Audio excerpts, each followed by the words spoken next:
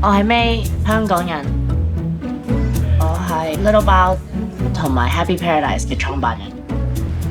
第一間餐廳 Little Bao 係喺2014年開嘅，佢就喺中環嘅蘇豪區。呢度係聚集咗我諗全香港最好嘅餐廳。嗰個餐廳得30平方，佢非常之細嘅個，我哋盡量只可以砌到20個位啦。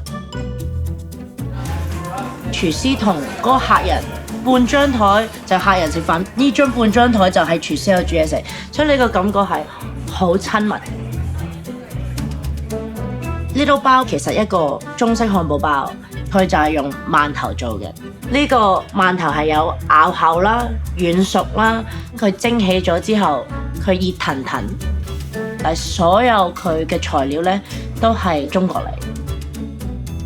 我係喺多倫多度出世嘅，我媽咪係個好好嘅廚師，上海人，佢係住緊上海 crossover 廣東菜 crossover 加拿大嘅 ingredients， 所以佢係第一代嘅 fusion 菜。佢會帶埋一齊買餸，佢會俾把膠刀我，俾張凳仔我，同佢切菜、洗米。幾歲嘅時候已經對食嘢啦、煮嘢啦，同食物有關嘅我都係非常之咁有興趣嘅。嗰刻我啱啱喺美國返嚟，我想有本地文化，咁我又想有美式文化。即係饅頭最中國人係窩心，漢堡包係對西方人窩心嘅東西，點樣可以結合埋一齊？我哋有個炸雞包啦，然後上面個雞呢，我哋就一定係朝頭早買新鮮嘅三黃雞。炸咗呢個雞之後呢，就會做一個鎮江醋花椒燒汁喺上面，咁然後再攞3-4款唔同嘅沙律菜擺喺上面，然後就冚蓋。近排有個小朋友，咁佢媽咪帶咗佢啦，然後佢第一啖食完呢個豬腩肉包嘅時候，佢癲咗。哇！佢好好食啊！見唔到一個小朋友點解咁開心，好似去咗迪士尼返嚟咁樣。就一個80-90歲嘅婆婆坐住輪椅，攞住一個外賣嘅 Little Bao，然後喺度食緊。我成日解釋佢好似嗰個迪士尼戲咁樣，你睇到有幾多層次就睇下你係咩歲數，但係每個歲數都會鍾意。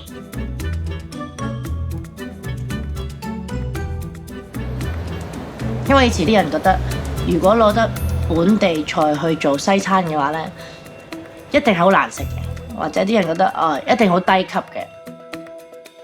我冇諗過佢會有幾大影響。嗰陣時佢一出癲咗啦，然後條隊好長，我得20個位，一日可以淨係一個晚上可以做120人。有車嘅人呢，直情係話唔緊要，你冇位唔緊要，我而家開個車門。你送啲嘢食入架車度啦，好冇？10幾個人話我哋坐喺出邊食啦。嗰陣時警察都嚟。我5個月前就開咗我最新嘅餐廳 Happy Paradise， 裝修直至音樂，所有嘢都係非常之前衛嘅。有啲人覺得佢係酒吧，其實佢係一間中菜嘅餐廳。我中意攞一啲好古老而餐廳好少會用嘅材料，活化呢個味道。我會去參考，例如蝦子柚皮係一個非常之舊嘅廣東菜。我哋落咗蝦子、蝦頭油、上湯芡、黑芝麻風，然後嗰個樣貌好前衛嘅。可能一個菜我哋而家做咗1年，係已經有9個版本，係不停去進步。我細個冇讀過中文，冇讀過中國歷史，咁變相而家就透過嘢食，好似尋找家鄉的故事咁樣。中國菜同中國味道係喺外國可能俾人誤解嘅，因為佢淨係識炒飯、炒麵、咕嚕肉。咁我決定咗我去推廣中菜嘅時候，你 also 係推廣緊中國文化。